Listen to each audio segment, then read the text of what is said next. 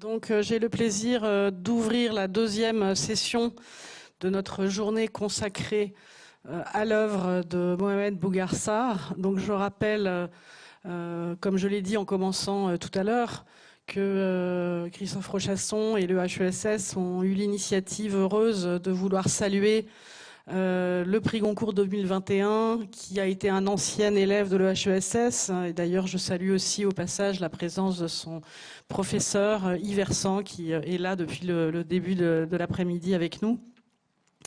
Et donc ce moment va être un dialogue donc entre vous, Bougarsar, et puis Pierre Benetti, qui termine actuellement une thèse sous la direction de Michel Napels à l'EHESS sur les bombardements en banlieue parisienne, les bombardements de la Seconde Guerre mondiale en banlieue parisienne, après avoir commencé une thèse d'anthropologie sur la République démocratique du Congo, sur lequel il a écrit un certain nombre d'articles et aussi des reportages pour Libération ou Le Monde.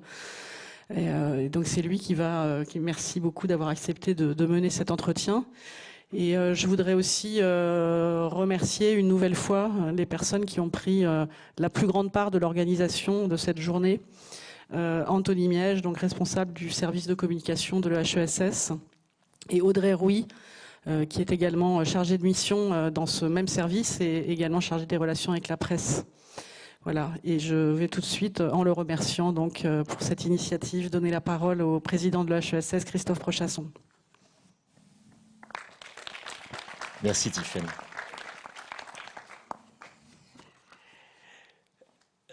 Cher Mohamed Bougarsar, les raisons pour lesquelles nous vous avons invité ne sont pas futiles. Elles auraient pu l'être si nous nous en étions tenus à cette espèce de cocorico institutionnel qu'affectionne le monde académique lorsqu'il célèbre l'un de ses anciens ou anciennes élèves mis dans la lumière par toutes sortes de succès possibles. Ces captations, d'ailleurs, reconnaissons-le, toujours un peu indues, car qui dira où se puise le talent et comment se construit le succès? Mais enfin, ces captations, reconnaissons-le, disais-je, sont de bonne guerre, vous en conviendrez. Et en conséquence, permettez-moi, Tiffaine vient de le faire elle-même d'ailleurs, de rappeler votre passage entre nos murs qui nous rend fiers. Et je ne veux d'ailleurs pas croire un instant que votre narrateur puisse se réduire à la simple réplique de vous-même. Toute petite donnée littéraire me fait penser d'ailleurs qu'il ne faut jamais penser une telle chose. Certes, il faut bien le dire, vous évoquez, si je vous ai bien lu, une jolie rencontre amoureuse dans un square situé à 2 pas d'un ancien bâtiment de l'EHESS, mais c'est le narrateur. Certes, vous dépeignez ce même narrateur sous les traits d'un thésard, tirant le diable par la queue, et qui ressemble, hélas, à nombre de ses semblables. Mais comment vous suivre en acceptant l'idée, je vous cite, d'un doctorant fainéant? Selon vos propres termes, je le note, autrement dit d'un thésard paresseux, Pierre Benedetti est là en plus, nous n'en connaissons point.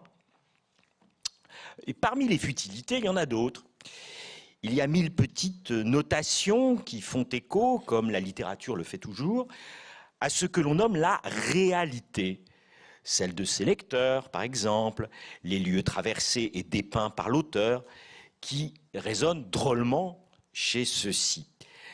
Ainsi, je vais vous faire une confidence, cette rue du Couédic, où je suis né, et ce 14e arrondissement où je sais que certains et certaines de nos collègues ont installé leur vie, il y en a quelques-uns dans la salle, tout cela pourrait faire aussi un effet. Et on pourrait aussi y ajouter les 1000 petits clins d'œil complices d'une culture littéraire ou cinématographique, allant de Sharon Stone aux valseuses, pour se sentir en confiance avec votre livre, un livre aussi, on l'a dit, aussi voyageur et faisant miroiter autant de facettes. Mais parmi les raisons qui nous ont conduits à vous proposer cette invitation, il en est une que je souhaiterais mettre tout particulièrement en avant, peut-être plus sérieuse que ces petites raisons futiles. Depuis quelques années, vous le savez évidemment, la question est posée à nouveau frais de dégager les liens réciproques entretenus par la littérature avec les sciences sociales. On peut d'ailleurs parfois s'en inquiéter, soit lorsqu'elles s'opposent aveuglément les unes aux autres, d'un côté le modèle, l'autre côté le récit, soit à l'inverse, lorsqu'elles se confondent, les savants aspirant au statut d'écrivain et l'écrivain se moulant par trop dans les règles de la méthode scientifique. Cela arrive. Les uns et les autres courent alors le risque de tomber sous le coup de la formule visant injustement un autre écrivain, vous savez peut-être dont Saint-Exupéry, dont on disait qu'il était un bon écrivain pour les aviateurs et un bon aviateur pour les écrivains. Il n'empêche, la littérature et les sciences sociales, nous le savons particulièrement à l'école, ont en partage l'observation du monde et l'effort pour le bien comprendre. Voilà pourquoi les uns et les autres ne sont d'ailleurs pas toujours les mieux placés pour l'action. Vous empruntez d'ailleurs une voie originale pour le dire, en pointant par exemple l'excessive réflexivité des écrivains. Oui, qu'on pourrait aussi assigner aux meilleurs savants de nos disciplines. C'est en tout cas ce que soutient Siga, s'adressant au narrateur et qui dit « Les écrivains, et j'en ai connu beaucoup, ont toujours été parmi les plus médiocres amants qu'il m'ait été donné de rencontrer. Tu sais pourquoi? Quand ils font l'amour, ils pensent déjà à la scène que cette expérience deviendra. » Réflexivité. Il y a dans votre livre bien des aspects qui appellent à la rencontre, voire à la collaboration entre la littérature et les sciences sociales. Et je ne m'engagerai pas plus avant dans l'énoncé un peu réducteur des passages où l'historien, le sociologue, l'ethnologue, le critique littéraire et d'autres encore sont absorbés par votre prose. L'exil, la création littéraire, l'Afrique, la politique, la révolution, les mouvements sociaux, la colonisation et ses blessures indépassables, tant de choses. Et sur chacune de ces facettes, et sur tant d'autres, vous faites mouche et vous amorcez une réflexion que l'on voudrait poursuivre parfois par d'autres voies. Mais ce qui rend votre livre, à mes yeux, si proche de ce que nous nous efforçons de faire entre ces murs, est ce que j'appellerais tout simplement la conscience critique qu'il habite. Ce que nous appelons, j'en utilisais le mot à l'instant, la réflexivité, accompagnant la démarche qui nous est commune. Quelle est-elle? L'enquête. L'enquête, voilà votre mot. Et cette réflexivité, nous le savons, elle nous protège de bien des aliénations. À commencer par celle qui sourd de nous-mêmes et nous empêche de voir le piège dans lequel nous entraînent parfois nos propres idées, nos propres façons de penser, nos propres façons d'agir. Et c'est le grand message intellectuel, me semble-t-il, que notre maison voudrait délivrer, et j'ose espérer que cet esprit vous a effleuré. Comment ne pas remarquer qu'en bien des arts, la réflexivité a produit le meilleur? Il est peut-être que la musique qui échappe à cette lucidité critique, et encore n'en suis-je pas tout à fait certain. Mais il nous vient immédiatement à l'esprit le cinéma qui parle du cinéma, le théâtre qui parle du théâtre, et les arts plastiques qui se mettent à leur tour en scène en interrogeant le regard du spectateur. À la recherche d'Eliman, vous êtes aussi parti à la recherche de la littérature. Et voilà pourquoi ce livre essentiel, cette œuvre, je vous cite, fondamentale à écrire entre deux vides, comme vous l'écrivez donc de la démarche de tout écrivain, ouvre sur bien d'autres. Votre trac, votre obsession, comme celle de toute enquêteur, comme celle de tout chercheur, étant absolument infinie. Merci de nous l'avoir rappelé.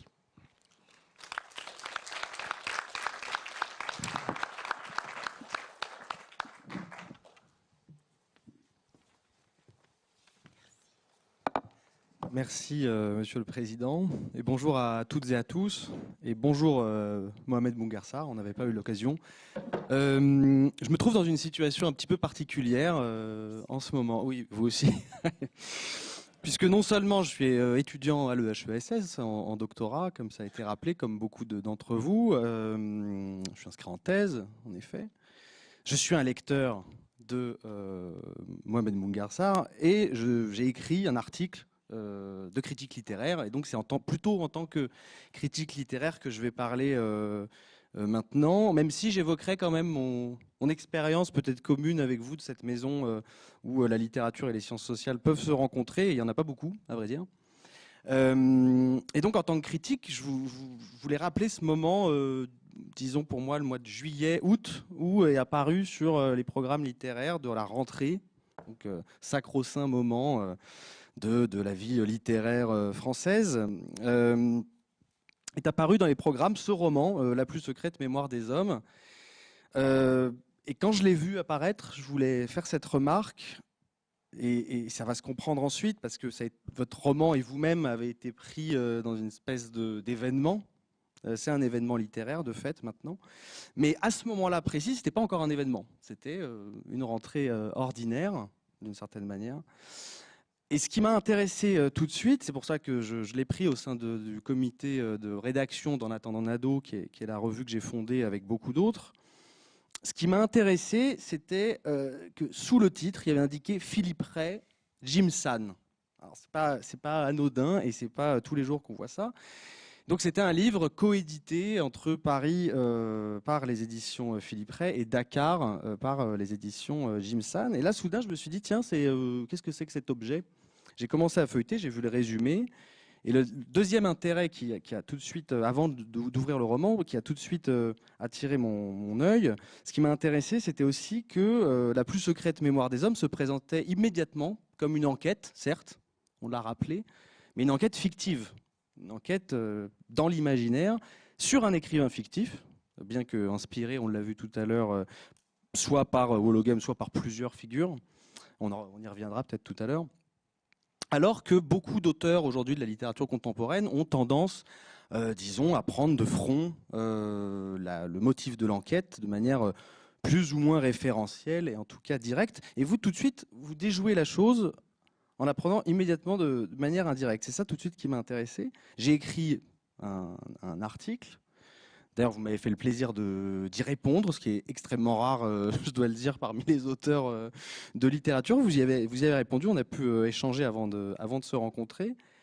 Et donc là, voilà, moi, ça a été ma rencontre de lecteur. Je me suis mis à lire passionnément ce roman, il faut dire, en me disant qu'on avait face à nous un objet qui jouait ce que Christophe Prochasson vient de décrire, c'est-à-dire l'entremêlement dans une forme romanesque d'un questionnement sur la littérature et d'un questionnement aussi sur ce que font les sciences humaines et sociales.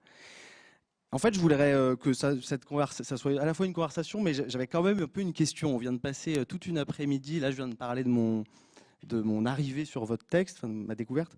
On vient de passer l'après-midi à voir plusieurs regards historiques, littéraires, sociologiques, et de part et d'autre aussi d'ailleurs de l'Atlantique. Comment vous avez, après le moment de l'écriture, comment vous avez vécu le regard qui est porté sur le texte? Comment cette réception-là, depuis le mois d'août-septembre, elle vous accompagne dans votre réflexion, dans vos projets? Qu'est-ce qui s'est passé en fait pour vous dans votre travail depuis le mois d'août? Alors, oui, merci beaucoup, Pierre. Merci à toutes et à tous d'être là. Merci à l'École des hautes études de me recevoir. Je me trouve, je crois, dans une position vraiment beaucoup plus étrange que la tienne, parce que je sais pas, j'ai vraiment l'impression de revenir, d'avoir traversé le miroir, tout simplement, parce que j'étais un étudiant qui était plutôt donc de l'autre côté, souvent endormi au fond.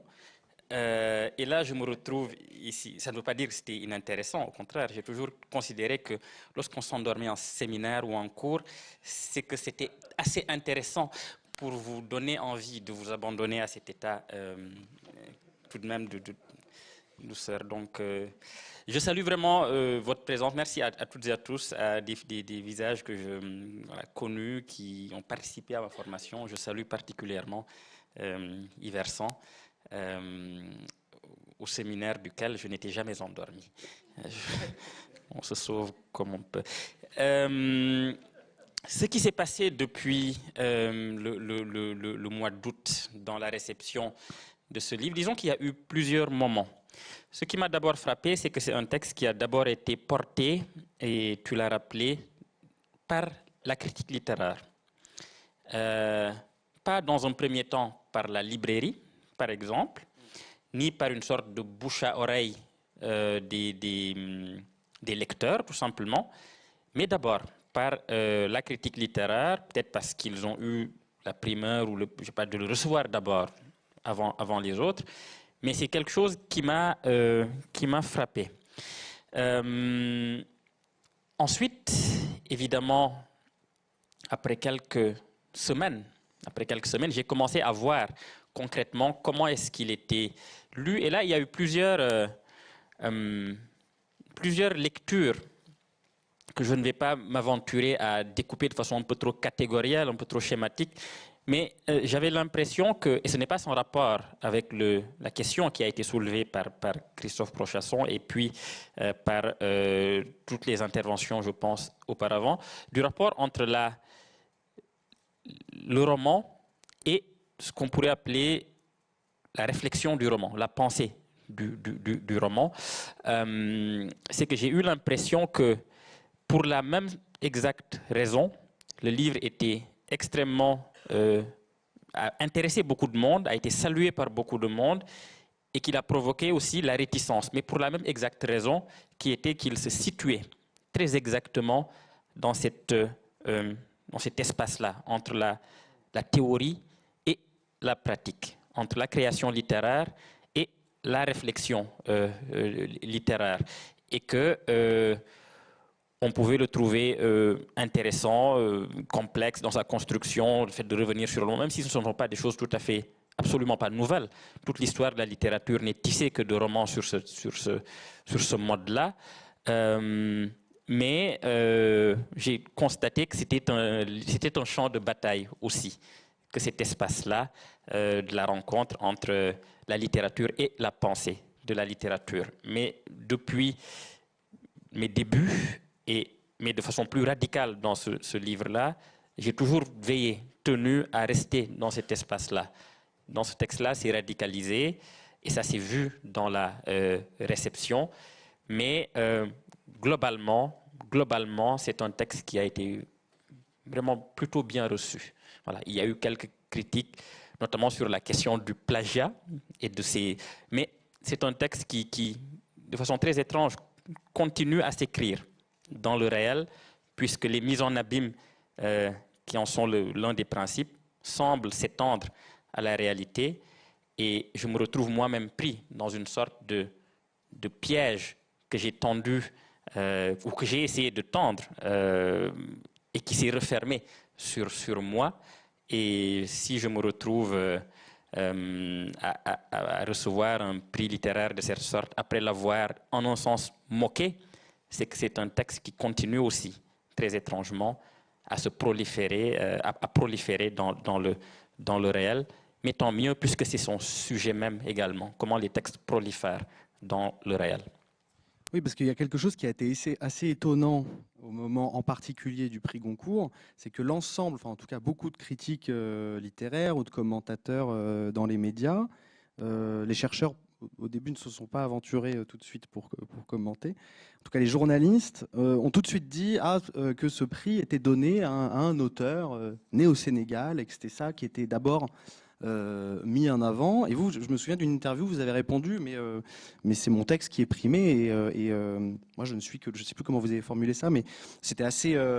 Vous évitiez le débat. Mais moi, il y a quelque chose qui m'a assez frappé, c'est que tout le monde omettait la violence critique, polémique de votre roman, qui raconte quand même l'histoire d'un auteur méprisé par un milieu colonial, par un milieu littéraire qui est pétri d'idées et de représentations racistes, fondées sur une idée de la race. Et ça m'a beaucoup frappé, cette manière finalement d'abaisser le niveau de violence et d'ironie très forte. Mamadou Diouf a rappelé aussi l'ironie avec laquelle vous traitez pas seulement d'ailleurs le milieu métropolitain colonial, mais aussi un milieu plus africain. Et est-ce que vous avez été un peu étonné de cette régulation par le champ littéraire, social, médiatique, que soudain votre roman devenait quelque chose de très peu critique alors qu'il l'est très très fortement? Oui, c'est que cela m'a à la fois étonné et pas du tout.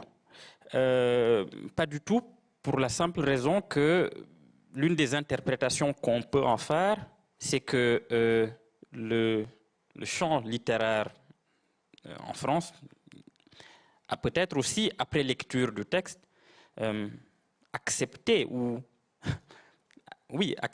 pris en compte la question de la prudence.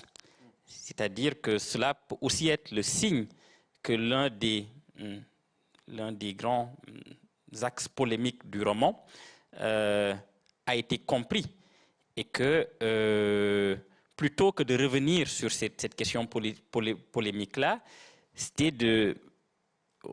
le choix a été fait de plutôt l'éviter parce que cela voulait dire oui, ok, on a compris, on ne s'appesantit pas sur la manière dont on vous lit, on s'appesantit plutôt sur le prix que vous avez eu. C'est que c'était une manière aussi de dire ok, on a compris également, et aller sur le champ de la polémique, et c'était peut-être l'un des pièges les plus retors de ce texte-là, c'était reproduire peut-être le même geste, alors qu'il était déjà posé, qu'il était déjà décrit, qu'il était déjà raillé, moqué.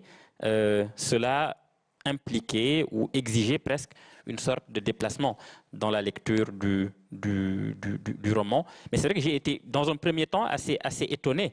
Mais je crois que cela tient aussi, en un sens, au ton du livre, qui aussi, je pense, toujours entre quelque chose de très sérieux, de très grave, de très mélancolique et de très comique aussi. C'est-à-dire qu'il n'arrête pas de jouer de la dérision et de l'autodérision, en sorte peut-être qu'on ne sache jamais s'il est sérieux ou non.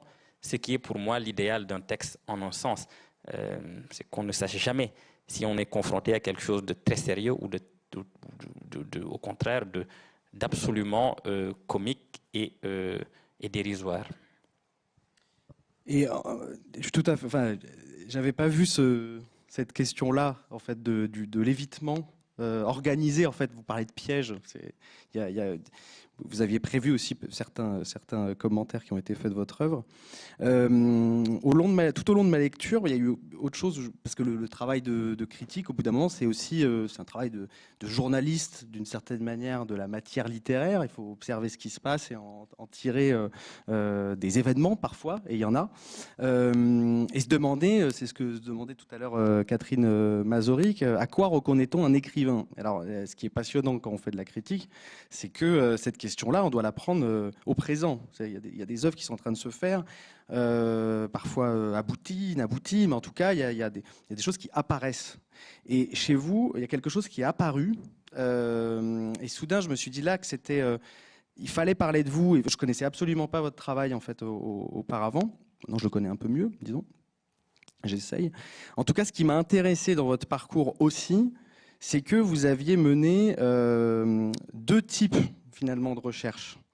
Vous aviez commencé une thèse sur Senghor, Mais vous avez fait de l'écriture une recherche elle-même. C'est-à-dire qu'on n'est pas dans le cas de figure simplement d'une sorte d'abandon de toute perspective de recherche et d'enquête. Au contraire, vous racontez une enquête qui est une quête. Bon.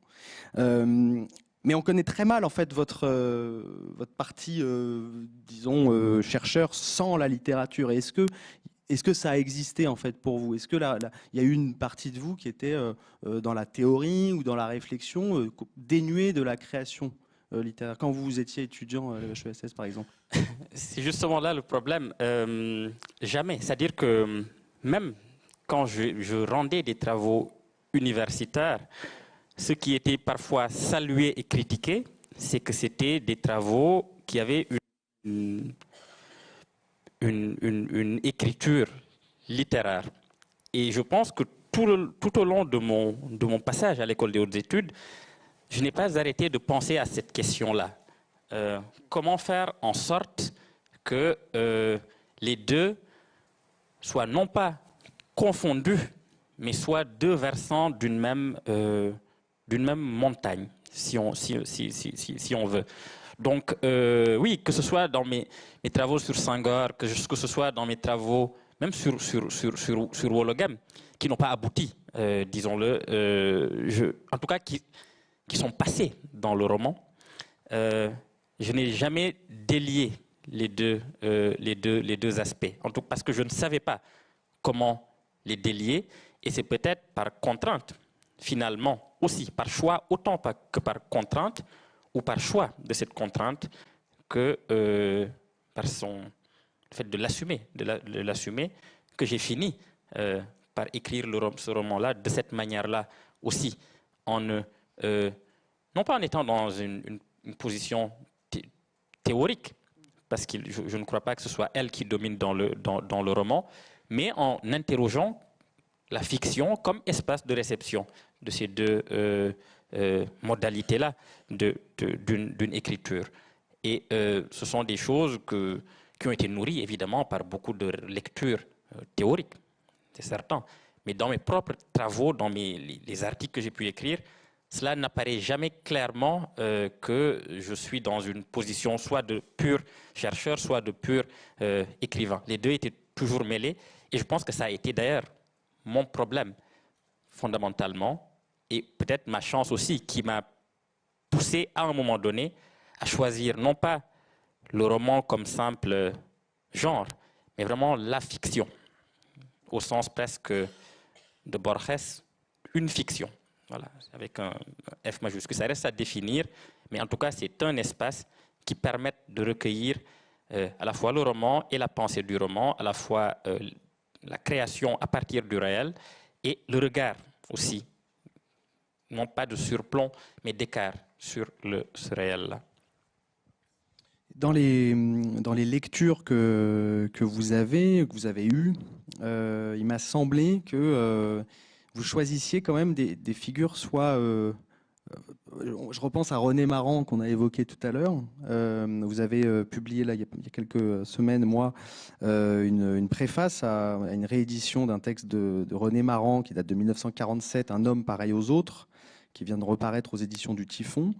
Vous avez le mérite d'aller chercher, c'est le cas aussi avec Wologam, des figures qui sont, je ne vais pas dire marginales, parce que Wologam, vu l'événement aussi que ça a été, on ne peut pas dire que c'était à la marge, mais disons, vous ne mettez pas en avant, dans le roman aussi, La plus secrète mémoire des hommes, des figures centrales, par exemple de la négritude. Vous évoquez pas Césaire ou Senghor non plus, très peu. Enfin, c'est pas du tout. Est-ce que c'est un choix aussi d'aller chercher d'autres autorités, enfin d'autres figures, et de les remettre peut-être au centre, au moins de les questionner?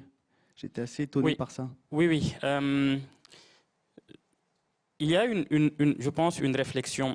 Moi, une réflexion m'intéresse beaucoup sur la question de l'oubli ou de la marginalisation littéraire. Lorsqu'on dit qu'un auteur est oublié, que veut-on dire exactement? Lorsqu'on dit, par exemple, Wologam a été oublié, qu'est-ce qu'on dit exactement? Moi, je pense toujours qu'il se passe quelque chose dans l'oubli. C'est comme cela que j'essaie de m'intéresser à ces figures-là. Donc, ne pas reproduire. Parce que dire il a été oublié, il faut le relire, c'est en un sens prolonger cet oubli. C'est toujours rappeler que l'oubli est là et rappeler qu'il continue et qu'on s'y réfère, même si c'est en disant, ce n'est pas parce qu'on dit, pour être clair, ce n'est pas parce qu'on dit Wologom a été oublié qu'on le rappelle. Ça ne dit rien de ce qui se passe au fond d'un oubli, qui est toujours donc relatif. Ce qui m'intéresse, c'est vraiment ce qui se passe dans l'ombre. Une fois qu'une œuvre a été reléguée dans une marge ou une ombre, cela ne veut pas dire qu'elle cesse d'exister. Ou qu'un auteur a été relégué dans une ombre, il continue à faire quelque chose. C'est ce quelque chose-là qui m'intéresse. Donc pour Maran, on se rend compte lorsqu'on s'intéresse à sa vie qu'il n'a jamais, par exemple, arrêté d'écrire, bien sûr, après la réception du Goncourt, même s'il a regretté que le Goncourt cache un peu le reste de son œuvre, l'œuvre est considérable. Pour Wologam, c'est peut-être moins clair, mais je suis quasiment convaincu que c'est quelqu'un qui a continué à écrire. Cela, je pense, va apparaître dans les prochaines années, j'en suis quasiment convaincu, on verra. Mais plus intéressant, c'est que c'est quelqu'un qui n'a jamais cessé d'être lu. Donc son oubli est vraiment relatif parce que voilà l'histoire de quelqu'un qui a en effet été excommunié à un moment, mais qui a continué à exister à basse intensité dans différents espaces, au Mali, plus généralement en Afrique francophone, même en France, mais vraiment dans certains espaces, à l'université ou même chez Le nombre de lecteurs que j'ai rencontrés pendant la tournée liée à la plus secrète mémoire des hommes, qui arrivent avec les vieux exemplaires de Wologam, parfois dédicacés de sa propre main, c'est très émouvant, et qui me disent je l'ai lu à l'époque et à différents moments, j'ai continué à le lire. Donc ça me montre que c'est un texte qui a continué tout de même à être lu et que l'oubli dans lequel on veut l'enfermer est un oubli finalement relatif. La charge a été violente, la mise à l'ombre a été violente, mais dans l'ombre, il a continué à y avoir une vie littéraire, proprement, de lecture et peut-être d'écriture. Et c'est ce qui vraiment m'intéresse. Aller vers les oubliés, non pas pour les ensevelir, les embaumer dans une sorte de mythe, vraiment de légende, mais tenter très concrètement de voir, d'imaginer ou de proposer quelque chose sur ce qu'est la vie dans l'ombre. Ça fonctionne aussi, ce que vous venez de dire, plus généralement avec des figures de la domination, enfin avec les dominés. Vous proposez une forme romanesque qui n'est pas en train de rendre hommage aux dominés ou aux colonisés, mais comme l'a dit Mamadou Diouf, c'était très fort aussi d'entendre cette idée-là. Je pense que certains journalistes français, enfin en tout cas la réception française, vous a peut-être vu de la même manière que Wologam à un moment a été vu, c'est-à-dire un Africain qui écrit en français et qui vient dans le milieu littéraire 100 ans exactement d'ailleurs après le prix Goncourt donné à René Maran. Alors qu'en fait, vous proposez justement ce que disait Mamadou Diouf, c'est un livre, enfin vous venez de faire un livre qui traite de l'inscription d'un temps africain dans le temps du monde, quoi, enfin, d'une certaine manière. Oui. Et vous n'êtes pas du tout dans un discours. C'est ça, moi, qui m'a le plus, je trouve, frappé dans votre inventivité, dans la force, dans l'énergie romanesque que vous déployez. Ça se combine avec une vraie philosophie de la mémoire, de l'histoire, qui est assez originale vis-à-vis aussi des discours contemporains dans notre présent. C'est pas du tout un discours facile à tenir aujourd'hui. Oui, parce que c'est vrai qu'on a évoqué tout à l'heure les questions du postcolonial ou du décolonial et de comment ce livre, par exemple, pourrait être mis en rapport avec ces grands, j'hésite à dire courants, parce que pour moi, ce sont plus des méthodes de lecture et des méthodes de réception plutôt que des idéologies constituées. Et c'est pour moi ce qui fait leur intérêt. D'ailleurs, quand on dit, par exemple, le décolonial en faisant un mouvement, je pense toujours qu'il y a contresens. C'est d'abord pour moi une méthode scientifique. Mais dans le roman, évidemment, je n'avais pas envie d'être enfermé dans un type de lecture historique ou de lecture épistémologique plutôt qu'un autre. C'est-à-dire que je voulais vraiment tout éviter. Et je pense que c'est un geste que Wologam a aussi tenté de faire, de vouloir tout éviter en étant féroce envers tout le monde, à peu près. Et tout le monde le lui a bien rendu. Tout le monde a été féroce envers lui. Mais en un sens, c'est pour moi la voie. Je pense que le roman ne doit de fidélité qu'à la littérature et que tout le reste, toute forme de lecture ou de carcan historique ou épistémologique doit être évité. Ce qui n'empêche pas, évidemment, que ces courants ou ces méthodes en fassent une lecture selon leur perspective. Ça, c'est tout à fait possible. C'est-à-dire qu'il est possible de faire une lecture décoloniale du roman ou une lecture postcoloniale. Là, c'est un tout autre aspect. Mais disons que le roman lui-même, je l'espère en tout cas, ne prend jamais une méthode plutôt qu'une autre et n'encourage jamais une méthode plutôt qu'une autre. Et ça reste une pure fiction. On est vraiment dans des questions intéressantes de réception critique. Catherine Mazurek, tout à l'heure, rappelait qu'au même moment où, Wollogem était jeté aux oubliettes, méprisé, il était traité comme un texte important, enfin comme un auteur important, déjà classique Oui. pour nombre d'étudiants africains. Et ça pose la question, voilà, de la relativité de la réception. Est-ce que on a posé tout à l'heure la question de la réception à venir ou déjà présente aux États-Unis, par exemple. Est-ce que vous avez un peu une idée, et je reviens à la question de la coédition de ce livre, qui est pas du tout anodine dans le champ dans lequel le roman s'inscrit. Est-ce que vous avez un peu une perception de ce qui se passe dans un espace, par exemple au Sénégal ou bien plus largement dans l'Afrique francophone, vis-à-vis évidemment de l'événement de l'attribution du prix, mais surtout de la lecture du roman qui a pu avoir lieu? Alors, oui, j'en ai quelques-uns. Au Sénégal, c'est une réception qui a été biaisée par une polémique, puisque immédiatement après l'attribution du prix Goncourt à ce roman, il y a eu un déplacement de la réception vers mon précédent roman, De purs hommes. Donc, qui a créé polémique, puisque c'est un roman qui s'attachait à décrire le regard, souvent très violent, jeté sur les homosexuels dans la société sénégalaise.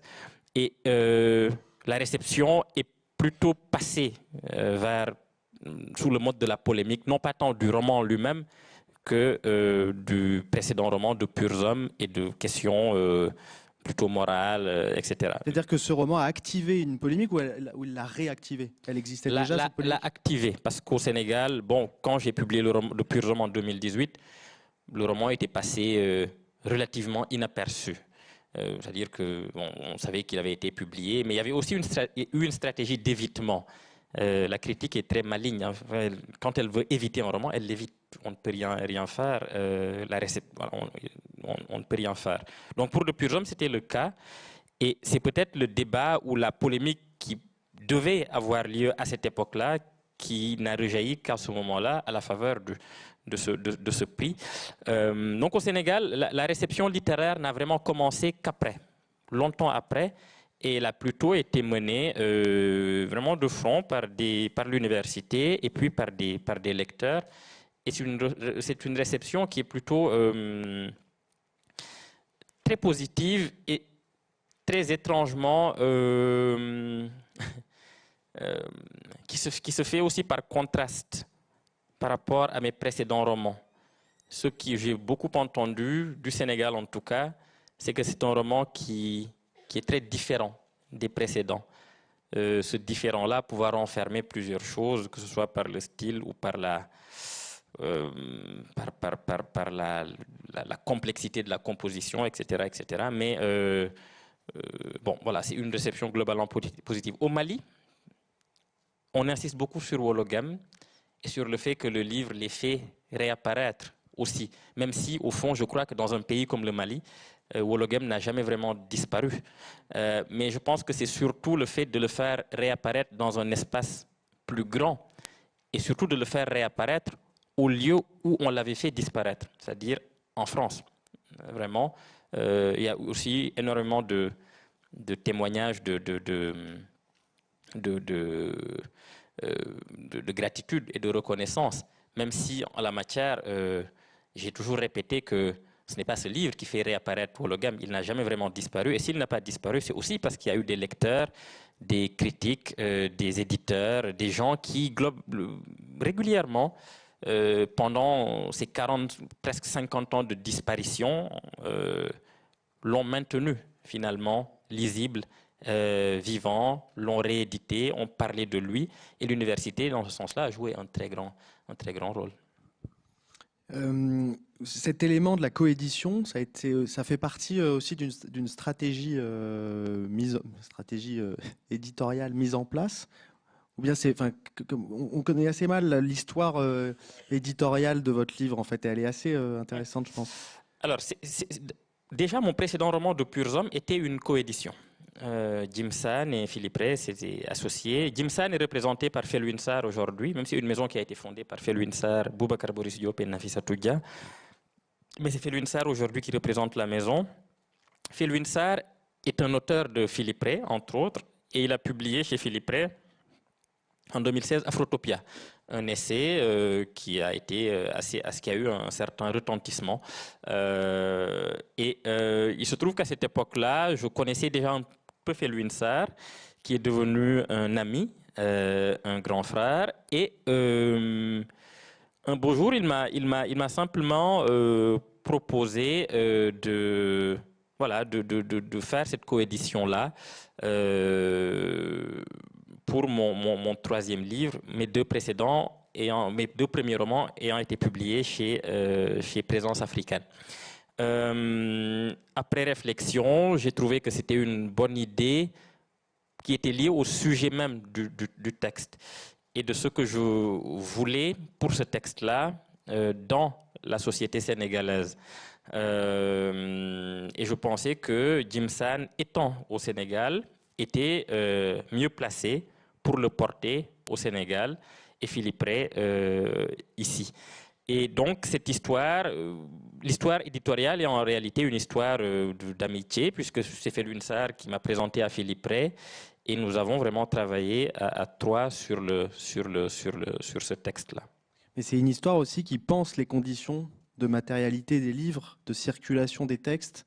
C'est-à-dire que c'est pas au moment du Goncourt, j'ai repéré des articles qui évoquaient le fait que c'était magnifique parce que le prix allait à un petit éditeur français. C'était vraiment ne rien comprendre au champ dans lequel bien plus large et global que dans lequel s'inscrivait votre livre. En réalité, il y a aussi eu cette réflexion-là, c'est que en fait, c'est une manière de déplacer un tout petit peu le schéma classique de l'édition des écrivains africains en France, dans leur relation à leur pays d'origine, disons. Puisque souvent, ce qui se passe, c'est que c'est soit l'éditeur français lui-même qui distribue et diffuse le livre dans le pays d'origine de l'écrivain, soit il cède des droits à un éditeur qui est sur place. Mais la coédition en elle-même n'a jamais été vraiment privilégiée. Et je me suis dit que c'était aussi intéressant de passer par cette voie-là. Et ce qui est absolument primordial aujourd'hui, pour moi, c'est plutôt là le futur. Là, pour le coup, le futur devient intéressant. C'est vraiment la possibilité pour Jim San, à un moment donné, d'avoir une visibilité beaucoup plus grande dans l'espace dit francophone. Donc non seulement au Sénégal, mais en Afrique de l'Ouest particulièrement, et plus globalement à l'échelle mondiale, tout simplement. En tout cas, ce serait l'un des rêves, l'un des idéaux. Aussi, l'idéal, ce serait aussi ça, qu'une maison sénégalaise puisse à un moment donné, dans le paysage éditorial mondial, se faire une place intéressante qui révèle, mais qui appelle aussi des écrivains d'ailleurs qui puissent venir publier là. C'est tout le sens de la coédition. Le temps passe très vite parce que notre conversation est assez passionnante, il faut dire. Mais on arrive au moment où on pourrait poser des questions depuis le public. Donc c'est à moi de laisser le micro à ce moment-là. Donc si vous voulez poser des questions à Mohamed Bougarsar, à partir de votre lecture ou avant votre lecture si ce n'est pas encore fait. Non. Ça peut être aussi sur son expérience à l'EHESS. On n'est pas de... C'est très ouvert. Non, il semble que... est-ce que vous pourriez revenir sur votre rapport à Senghor, s'il vous plaît? Et sur la thèse que vous avez commencée, vous l'avez achevée, vous ne l'avez pas achevée. Et comment vous liez Senghor et Ouloughem par rapport à la question de la négritude? Merci. Merci. Alors, Senghor est une figure, dans le roman, il est décrit comme l'encombrant Senghor. C'est l'encombrant spectre de Senghor. Et c'est tout à fait assumé. C'est un spectre très encombrant, que j'aime beaucoup particulièrement, mais qui est encombrant parce que... Mais tout pays, je pense, toute nation a besoin, dans son histoire littéraire, d'une figure de commandeur un peu encombrante, qui fait à la fois office d'épouvantail, mais aussi de bélier. Et pour Senghor, c'est le cas. C'est-à-dire Senghor, ce serait le Hugo africain? Sénégalais, du moins. Je ne sais pas si Hugo serait la figure de bélier, ça dépend. Je pense que certains ne seraient pas d'accord, mais oui, en un sens, il représente ça. C'est la grande figure littéraire avec à laquelle on fait allégeance ou contre laquelle on se définit. Mais il est là, il est inévitable si on veut. Donc Senghor, c'est ça. Et je viens de la même ethnie que lui. Je suis Sérère. J'ai fait à peu près un même parcours jusqu'à un certain point que lui. C'est-à-dire qu'avant même de naître, on vous parle de Senghor. Vous naissez, on vous parle de Senghor. Vous grandissez, on vous parle de Senghor. Il passe à la... Voilà, Victor Hugo, alors. C'est une sorte de Victor Hugo. Vous apprenez ses poèmes, vous connaissez toute sa biographie, etc., etc. Voilà, il a écrit l'hymne national du Sénégal, donc bon, voilà. Même quand vous chantez l'hymne, vous récitez Senghor, vous voyez. Donc, mais pour moi, c'est une figure importante, vraiment, et qui reste encore largement à redécouvrir, à commenter, à lire surtout. Et c'est l'un des pans vraiment importants du travail que j'avais fait à l'École des hautes études, c'est que j'étais revenu sur ces essais moins connus, sur les volumes de Liberté, parce que j'avais commenté une de ces phrases polémiques sur l'émotion nègre, etc. Et la raison Hélène. Et j'avais fait un travail autour de cela. Donc j'ai à l'égard de Senghor des sentiments plutôt respectueux et frondeurs. Mais c'est lui qui permet ça, et une figure qui permet ça est une figure toujours intéressante, littérairement, je trouve. Senghor fait partie de ceux qui ont critiqué le plus durement Ouloughem. Parce qu'évidemment, Ouloughem publie Le devoir de violence au Seuil, maison où Senghor était une figure majeure en 1968. Senghor, quand Ouloughem publie, évidemment, on se tourne vers Senghor et on lui demande, mais que pensez-vous de ce jeune Malien, de ce qu'il écrit sur l'Afrique, du discours qu'il tient et de façon tout à fait franche, Senghor dit qu'il trouve ça effroyable, qu'il trouve que, et c'est d'ailleurs ironique que ce soit Senghor qui dise cela, il dit qu'il écrit pour plaire aux Blancs.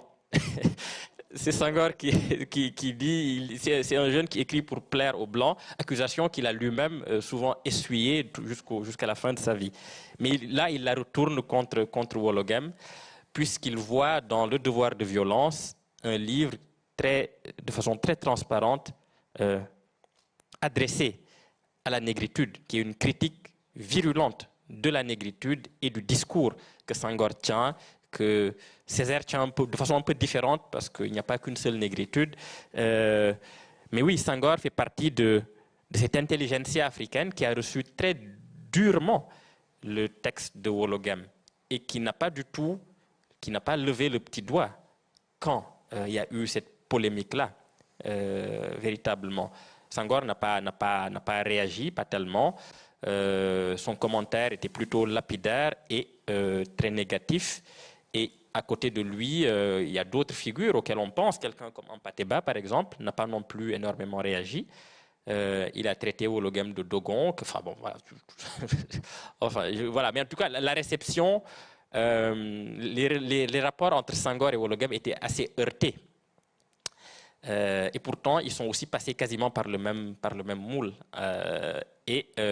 Wologem a été très virulent envers Senghor, c'est-à-dire qu'au-delà du roman, et même dans Le devoir de violence, il y a des allusions voilées, je pense, à Senghor, mais après, il a été extrêmement virulent, injuriant Senghor, faisant des sortes d'insinuations très peu élégantes sur Senghor. Voilà, donc oui, les rapports étaient très difficiles entre les deux, mais on comprend, puisque c'était deux générations différentes, deux regards sur le continent africain et l'histoire du continent africain très différents aussi. Est-ce qu'il y a une autre question?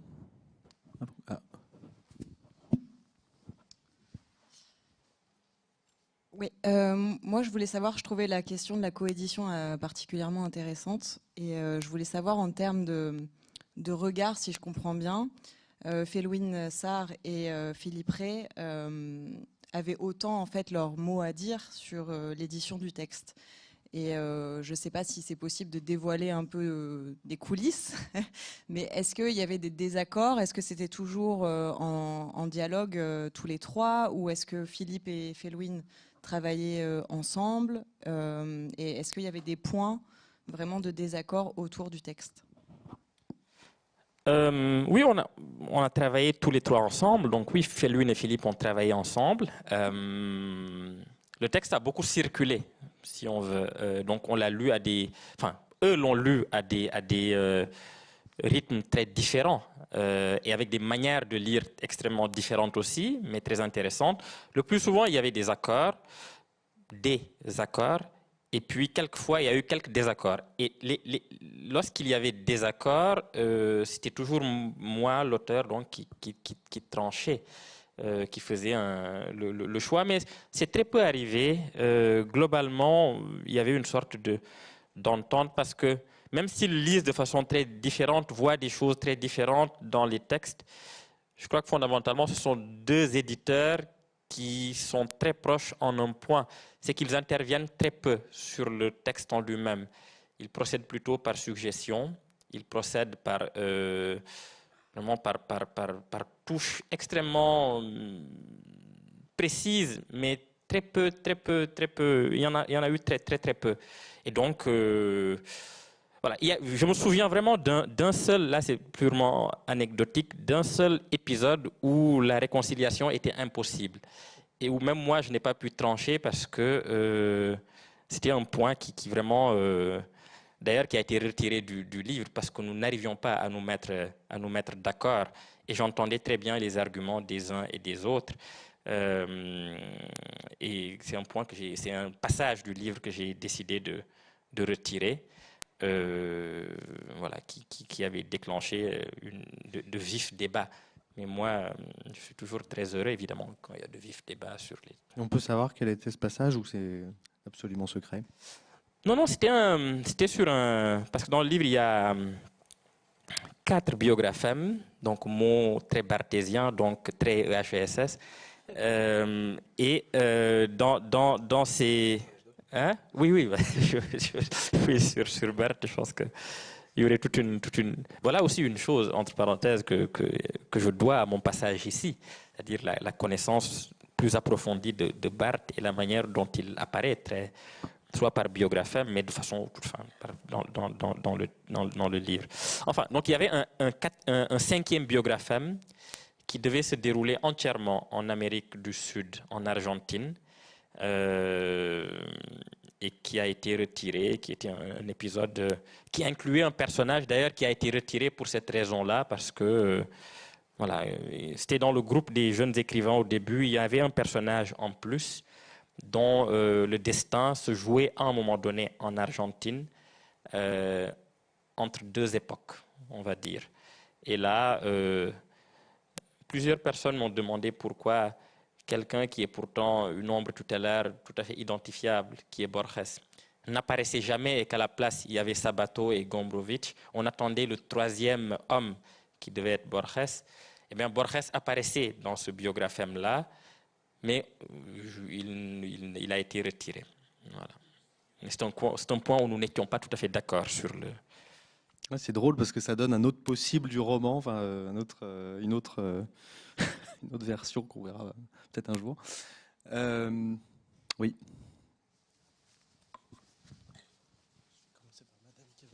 Il n'y a peut-être pas Borges, mais il y a Bolaño aussi, qui est un voisin, disons. Qui est un voisin. Voilà. Merci beaucoup. Donc moi, ma question, elle reviendrait sur ce dont vous parliez juste avant, sur pour qui, par exemple, écrivait Senghor, donc les Blancs, apparemment, pour certains auteurs. Et vous passez, vous, presque 3 pages quand même dans votre livre à débattre de cette question.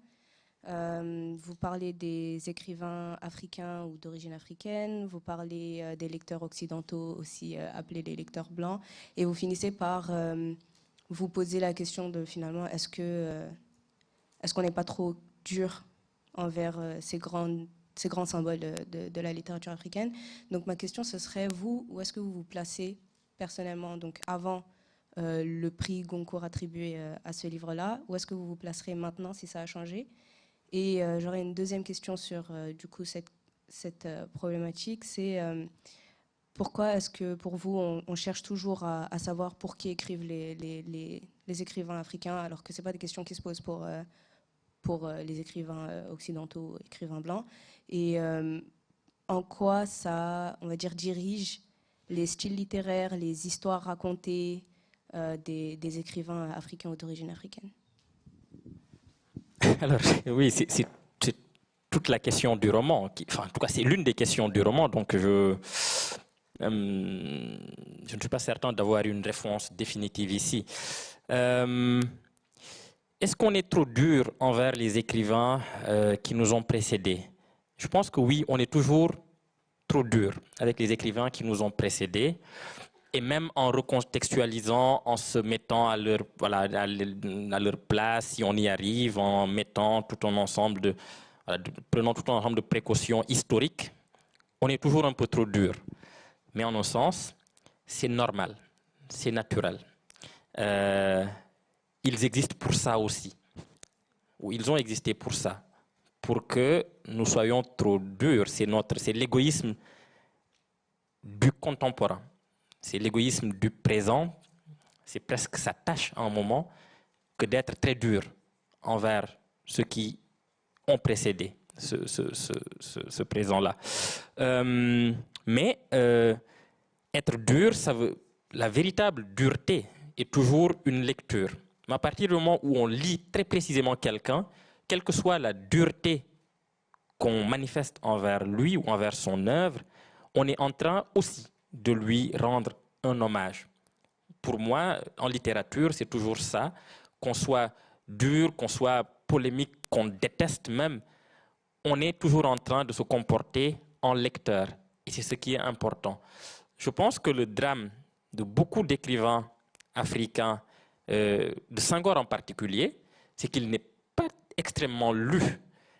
On s'appuie beaucoup sur des positions politiques.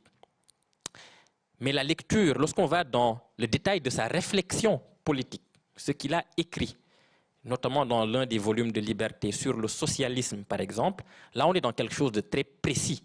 C'est un recueil d'articles extrêmement fourni, complexe, qui a ses cohérences et qui a aussi ses absurdités, mais qui existent comme texte. Et je pense que c'est voilà des choses qu'on lit très très peu. Je pense que dans quelques... Je ne peux pas dire comment je me situe. Dans le livre, en partie, je fais la critique de mes aînés. Donc, moi, je pense que c'est dans quelques années que la critique tombera sur moi. Des écrivains africains, des 10 ou 15 prochaines années, ils finiront par me tomber dessus, à un moment ou à un autre, sur telle position, sur tel aspect de ce livre. Voilà, ce sera sur ce livre-là, parce que c'est ce livre-là qui prend en charge cette question et qui a été récompensé par le prix Goncourt. Donc cela reviendra. Mais c'est comme ça. Ça, je l'accepte déjà et je sais que ça va se passer. Et c'est intéressant. Quand ça se passera, j'espère que je serai là et que je verrai, parce que cela voudra dire qu'on avance vers quelque chose et que la réflexion sur ce que doit être cette littérature avance vers quelque chose. Le malheur et la chance de la littérature africaine aujourd'hui, c'est qu'elle est la seule à laquelle on demande de se définir toujours, où on demande à ces écrivains de toujours dire ce qu'ils sont exactement comme écrivains africains, francophones, etc. C'est ce que disait Mamadou Diouf tout à l'heure, comme si ces différentes qualifications n'étaient pas juxtaposables dans la même personne. Mais cela veut dire aussi que c'est une littérature qui en est à un moment extrêmement intéressant et fécond où elle n'a pas renoncé à se penser. Pour moi, en tout cas, c'est comme ça que je vois les choses. Quand les écrivains doivent toujours réfléchir, l'idéal serait qu'ils ne se posent plus la question, qu'ils se contentent d'écrire. Mais s'ils ne le font pas, c'est qu'il y a peut-être des effets d'une domination qui agissent encore. Pourquoi est-ce que l'on demande toujours aux écrivains africains pour qui ils écrivent? C'est un effet parmi d'autres de la domination qu'ils ont subie ou que leur peuple ont subi.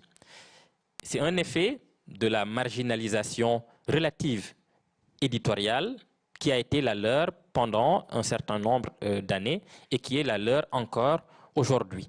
Donc pourquoi? Parce qu'ils viennent d'espaces qui ont été largement, profondément dominés à un moment donné et qu'il y a toujours la suspicion qu'ils n'écrivent pas pour leur pays d'origine. C'est cela. Évidemment, c'est une question qui est très fatigante de devoir y répondre à chaque fois. Pour qui écrivez-vous? Pour qui écrivez-vous? Il n'y a pas, je crois, de possibilité de s'en tirer. Il faut répondre. Alors évidemment, chaque écrivain répond à sa manière. Hein. Voilà, moi, je pourrais donner ma réponse ici, mais qui serait une pirouette formidable. Mais enfin, mais disons que c'est une question, encore une fois, qui par l'écriture, interroge l'histoire, toujours, et le rapport à l'histoire. Il ne faut pas oublier que cette littérature est écrite, en tout cas, est relativement jeune. Elle n'a pas encore un siècle, ou à peine, ce qui est très, très, très jeune. Et la raison pour laquelle peut-être on ne la pose pas à d'autres espaces, c'est que ce sont des littératures qui, sous leur forme écrite, sont peut-être plus anciennes. Qu'est-ce qu'il y avait d'autre comme question? Il y en a une autre à venir. Ah, il y en a une autre à venir. Bon, je pense que je peux m'arrêter. Je me trompe pas, il n'y avait pas d'autres questions. Ouais. Une autre merveille de votre livre, pour moi, c'est le rôle qui jouent les fantômes, et même les fantômes de fantômes. Est-ce que vous pourriez en dire plus sur cet espace fantomal gigantesque, proliférant, qui inclut, bien sûr, les écrivains oubliés dont vous parliez tout à l'heure, les ombres tutélaires, les spectres encombrants, les auteurs qui reviennent, etc. Cet espace fantomal, qui inclut peut-être aussi l'Afrique fantôme, d'ailleurs, j'y songe soudain. Avez-vous pleine conscience du fait que cet espace fantomal est proliférant chez vous? Enfin, dans votre livre. Oui, bien sûr. Oui, merci. Enfin, c'est très étrange tout de même. Ils sont forts. Ah oui, mais c'est Iversan, c'est quand même mon enfin bon. Et, vous pouvez expliquer qui est Iversan par rapport à vous? Oui, par exemple, c'est Iversan qui a dirigé mon mémoire de recherche sur Senghor. Donc, je ne sais pas trop comment. J'ai conscience de l'espace fantomal, d'abord parce que je crois qu'on en a parlé tout à l'heure très rapidement. Je crois que c'est un texte qui s'articule, qui tourne beaucoup autour de la question du deuil ou de ce que laissent ceux qui sont partis.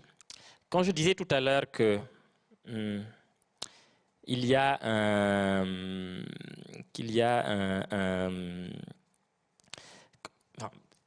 que je veux dire, c'est que l'écriture est possible parce qu'il y a des morts.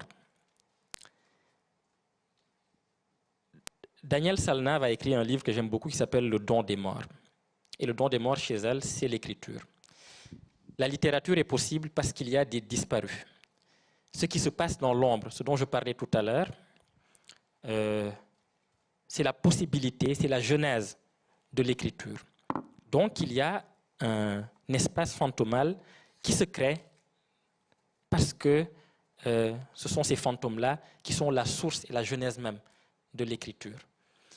C'est que quand on va au-delà de la question culturelle, c'est-à-dire du fait que je viens d'un espace culturel chez les Sérères, où c'est un espace à part entière, mais qui est mêlé à l'espace du vivant, et qui ne se décline pas sous le mode, par exemple, de ce qu'on a appelé le réalisme magique ou le réalisme merveilleux, mais qui se décline de façon très naturelle, simple. C'est comme ça que ça se passe. Les fantômes sont là, il y a de l'invisible, etc., etc. Mais tout cela est une manière, quand on va au-delà de tout cela, il y a la réflexion selon laquelle écrire, c'est d'abord écrire pour les morts. Et d'ailleurs, c'était ma pirouette de tout à l'heure. Quand on me dit pour qui écrivez-vous, plutôt que de dire j'écris pour les Africains, pour les Sénégalais, pour les Européens, pour les Inuits ou autres, je dis que j'écris pour les morts.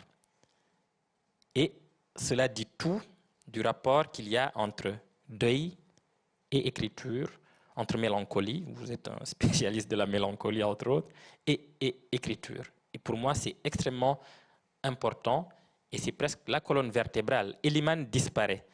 Et c'est de sa disparition que naissent tous les discours, tous les souvenirs, toute la mémoire. La légende d'Eliman vient de son deuil qui n'a pas été fait, impossible, ou au contraire, qui a été surfait finalement.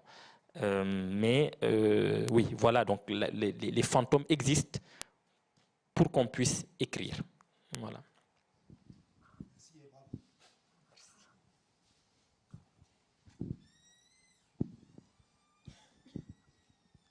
Oui, bonjour. Tout d'abord, merci pour cet échange.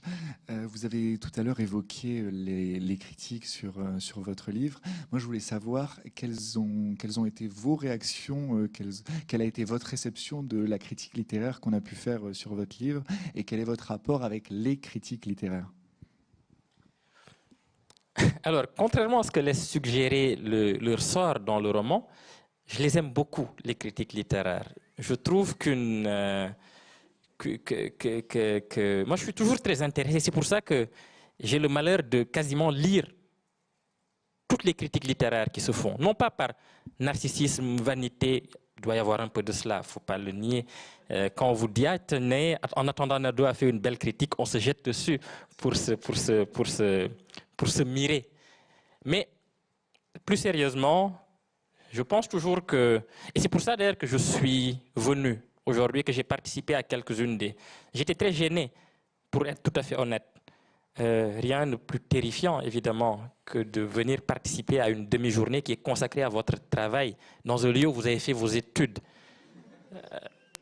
Mais je suis tout de même venu, parce que, au-delà de mes scrupules personnels, il y a toujours l'idée qu'une critique littéraire ou sociologique ou historique, mais toujours littéraire au fond, vous aide. C'est un roman qui revient beaucoup sur la réflexion sur le roman, et c'est aussi ce qui se fait ici.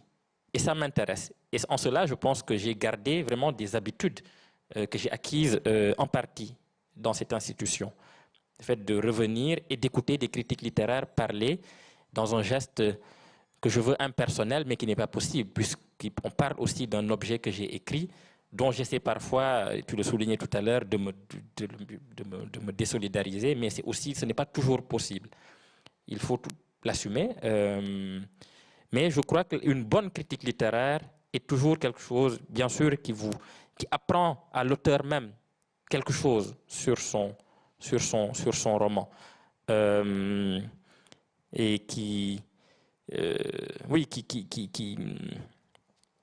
oui, on dit souvent qu'une critique, c'est faire la distinction, c'est vraiment faire des...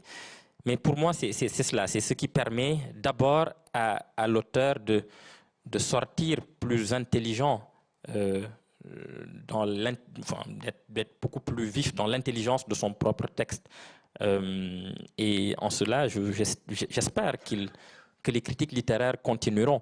Pour l'heure, en tout cas, j'ai trouvé... C'est pour ça que je trouve toutes les critiques littéraires souvent intéressantes, même quand elles ne disent rien, elles ont l'intérêt de ne rien dire et on les reçoit comme cela, en sachant qu'elles peuvent être tout à fait différentes. Le roman a été globalement bien reçu par la critique littéraire, que ce soit en France ou même dans d'autres espaces, il y a eu quelques critiques littéraires négatives. Elles m'ont intéressé aussi, je les ai lues en essayant de réfléchir à ce qu'elles disaient du texte et de mon écriture. Mais j'ai beaucoup de respect, pour le dire sommairement, beaucoup de respect, d'admiration et de gratitude pour la critique littéraire et pourvu qu'elle continue à exister. On va continuer à vous lire. Merci à toutes et tous. J'avais encore évidemment plein de choses à commenter, mais ça sera pour le prochain livre.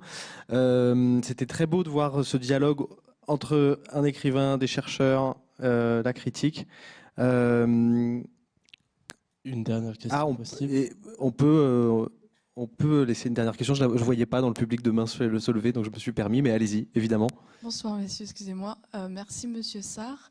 Alors moi j'ai 2 questions. Ma première question c'est quelle est la prégnance de votre vécu quand vous avez pris votre plume parce qu'un auteur parle toujours de ses déceptions, de ses expériences, pardon. Et du coup je voulais savoir la prégnance de ça. Et ma deuxième question, au début de votre ouvrage vous dites comme quoi, à travers votre personnage principal, pardon, comme quoi vous détestez quand on vous pose la question qu'est-ce que raconte ce livre? Et j'ai conseillé votre livre à mes amis. Et comment vous résumerez votre livre en quelques lignes, si c'est possible? Voilà, merci beaucoup. Oui. Difficile après une journée consacrée à la question. C'est très difficile. Comment le résumer? C'est l'histoire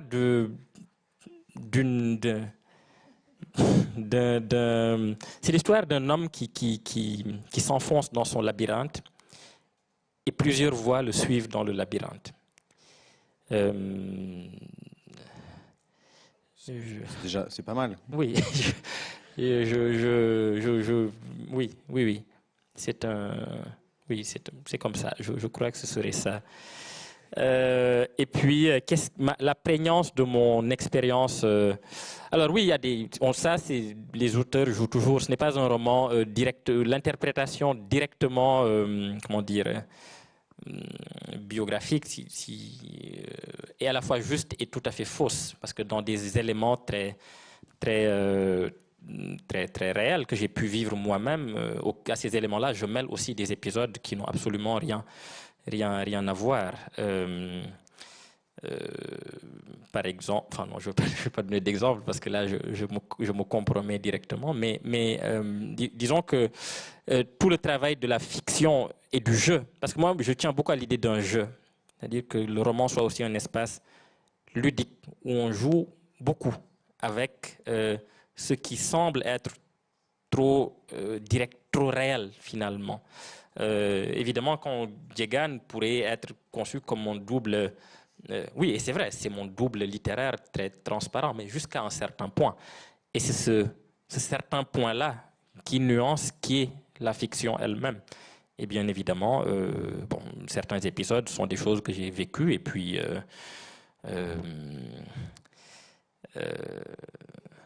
par exemple, dans une scène du roman où Djegan est, à part alors que ses 2 camarades sont en train de faire l'amour et le Christ descend et Djegan le voit.